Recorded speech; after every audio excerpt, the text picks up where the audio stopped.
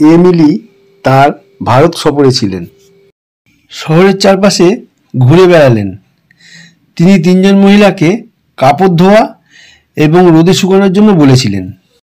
কিছুক্ষণ পরে তিনি বুঝতে পেরেছিলেন যে তার পার্সটি নিখোঁজ রয়েছে এবং বুঝতে পেরেছিলেন যে তিনি সম্ভবত এটি 3 মহিলার কাছে হারিয়ে ফেলেছেন।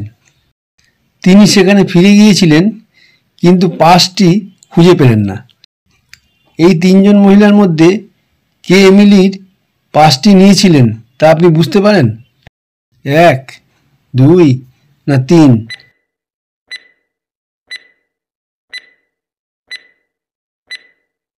আপনি যদি বালতিগুলির জলের স্তরগুলি দেখেন তবে এক মহিলার জল উচ্চ স্তরে রয়েছে।